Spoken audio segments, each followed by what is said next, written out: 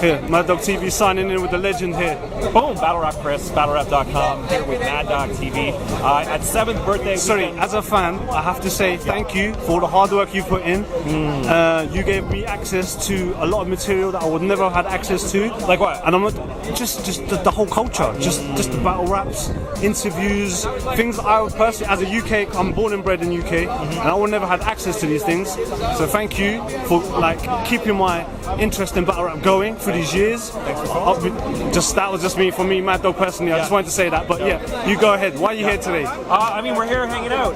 You know, the London battle rap scene is one of the most important ones in the world.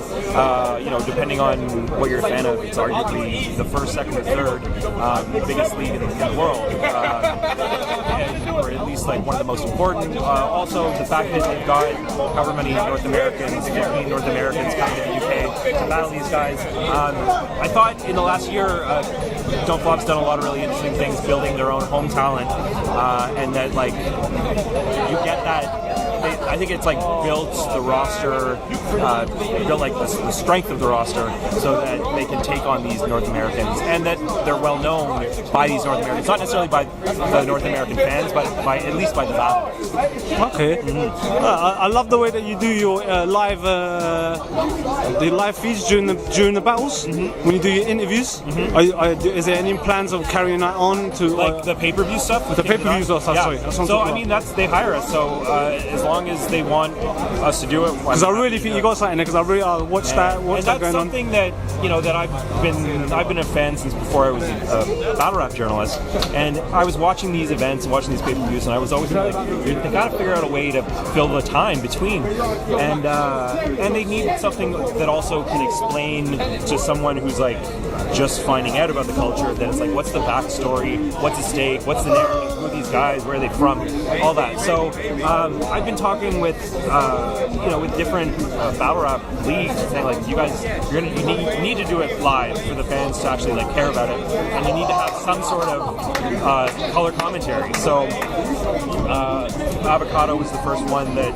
brought us in to do it. So it was me and her guy Dan, and I think me, Dan, and Kyle Avocado, the cameraman, cameraman, all had a similar vision in like, let's make this really accessible to fans as well as like old fans and new, and let's even if the battles aren't at the height of their potential, the commentary hopefully can still be as entertaining.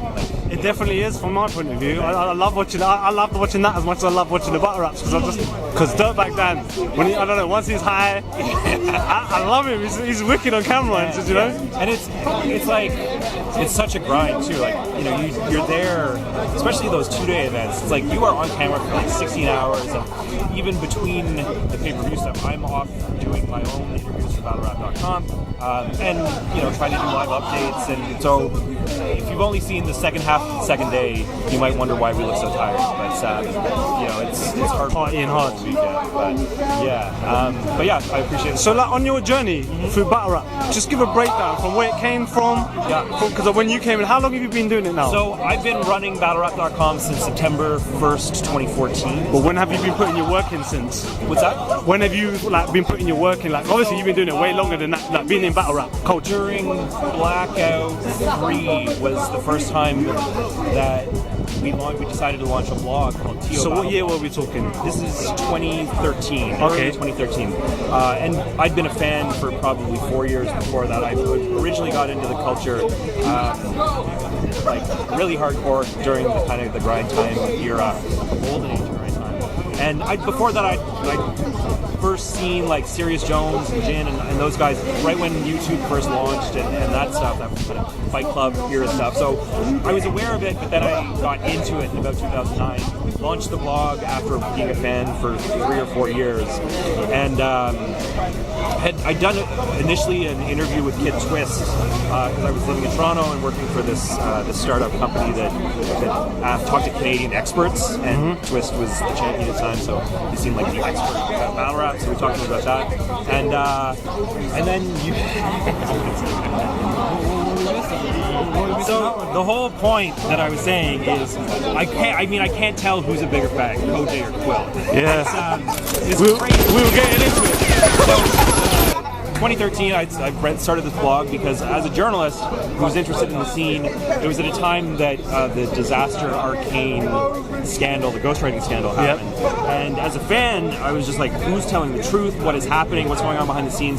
So I started doing research, and me and a buddy of mine who's a BattleRap fan and a journalist friend of mine were like, well, let's write an article about it. So we wrote an article, and it was hugely successful because I don't think King of God had ever really had that kind of coverage before, and everyone in the States was wondering what was going on with this high-profile scandal that was happening. So we launched the blog, and then it was just like from there, I was going to events and recapping them, and then after that, we were doing interviews, and then it just like, and it was a point in BattleRap that it felt like it was just on the verge of really blowing up with like Total Slaughter coming, and a few other kind of like high-profile events and leagues.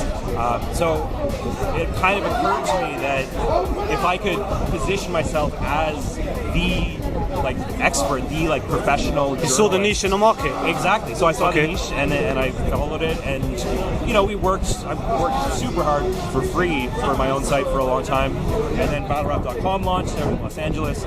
So when I was out there for an event, I pitched myself as like their Toronto correspondent, and within about a month, they offered me a full-time position. I was working at Microsoft at the time, so I quit my job at Microsoft as a news editor, and like have been doing this for a year and a half. I've been all over the world, all over the States. I've probably seen, I should count it, but I've probably seen somewhere like 300 live battles in the last year and a bit. Yeah, definitely. Just we're at every event, and if I'm not there personally, we've got someone there who's paying attention, who's live updating it, who's recapping it.